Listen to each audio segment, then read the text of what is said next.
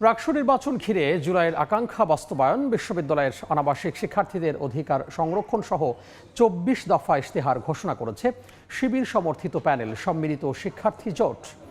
সকালে রাজশাহী বিশ্ববিদ্যালয়ের বুদ্ধিজীবী চত্বরে ইশতেহার পাঠ করেন ভিপি প্রার্থী মোস্তাকুর রহমান জাহিদ। তিনি মানসম্মত খাবারের নিশ্চয়তা, শিক্ষা ও গবেষণায় গুরুত্ব আরোপ সহ ২৪ দফা ইশতেহার পাঠ করেন।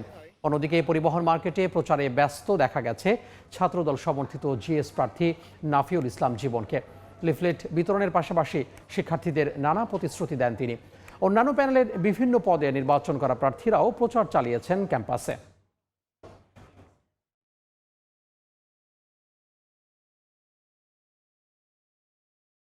পোষ্য কোটার মতো একটা মীমাংসিত ইস্যুকে সামনে নিয়ে এসে রাকসু বানচাল করার ষড়যন্ত্র করতে চায়, তাহলে আমরা তাদেরকে হুঁশিয়ারি করে দিতে চাই যে ২৫ তারিখে রাকসু নির্বাচন বাস্তবায়ন করার ক্ষেত্রে সকল শিক্ষার্থী একমত। দীর্ঘ ৩৫ বছর পর যে রাকসু নির্বাচন হচ্ছে সেটা শিক্ষার্থীদের আশা আকাঙ্ক্ষার প্রতিফলন ঘটাবে এবং যে ভোটের অধিকার থেকে বঞ্চিত ছিলাম আমরা, যারা নতুন প্রজন্ম, তারা আমরা ভোটের অধিকার প্রয়োগ করবো আগামী ২৫ তারিখ।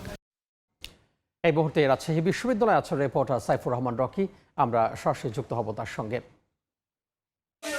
রকি, ২৫ সেপ্টেম্বর অনুষ্ঠিত হতে যাচ্ছে রাকসু নির্বাচন। এই রাকসু নির্বাচন ঘিরে এখন রাজশাহী বিশ্ববিদ্যালয়ে এক ধরনের উৎসবের আমেজ লক্ষ্য করা যাচ্ছে। যদিও শুক্র শনিবার যেহেতু রাজশাহী বিশ্ববিদ্যালয়ে আসলে ছুটি থাকে, সেই কারণে আসলে এই আজকে কিন্তু ক্যাম্পাসের শিক্ষার্থীদের যে উপস্থিতি, সেই ক্যাম্পাসে উপস্থিতি কিন্তু অনেকটাই কম লক্ষ্য করা যাচ্ছে। আমরা কিছুক্ষণ আগে দেখেছি যে ছাত্র শিবির সমর্থিত যে সম্মিলিত শিক্ষার্থী জোট, এই প্যানেলের পক্ষ থেকে ২৪ দফা ইশতেহার ঘোষণা করা হয়েছে এবং তারা এই ইশতেহারের মধ্যে কিন্তু সবার উপরে রেখেছেন জুলাইয়ের আকাঙ্ক্ষা বাস্তবায়ন, এছাড়া মানসম্মত খাবারের নিশ্চয়তা, অনাবাসিক শিক্ষার্থীদের অধিকার সংরক্ষণ, শিক্ষা ও গবেষণায় গুরুত্ব আরোপ সহ লাইব্রেরি ও রিডিং রুম সম্প্রসারণের দাবি তারা এখানে কিন্তু তুলে ধরেছেন। এবং তারা নির্বাচিত হতে পারলে ১ বছরের মধ্যে এই দাবিগুলো আসলে তারা যেগুলো দাবিগুলো দিচ্ছেন সেগুলো পূরণ করবেন বলে তারা কিন্তু দিয়েছেন।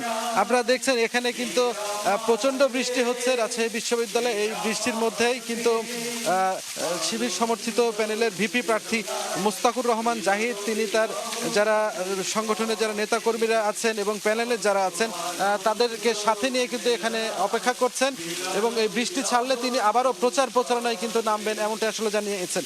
এর আগে আমরা যেমনটি দেখেছি ছাত্রদলের পক্ষ থেকেও কিন্তু এই প্রচারণা করা হচ্ছে এবং একইভাবে এই বৃষ্টির মধ্যেও কিন্তু অনেকে এই প্রচারণা চালিয়ে যাচ্ছেন। যেহেতু সামনে সময় খুবই অল্প, এই কম সময়টুকু আসলে কেউই আসলে ছাড় দিতে চাচ্ছেন না, সবাই কাজে লাগাতে চাচ্ছেন। তো এই ছিল আমার কাছে রাজশাহী বিশ্ববিদ্যালয় থেকে সর্বশেষ। সহকর্মী সাইফুর রহমান রকি যুক্ত হয়েছিলাম রাজশাহী বিশ্ববিদ্যালয় থেকে।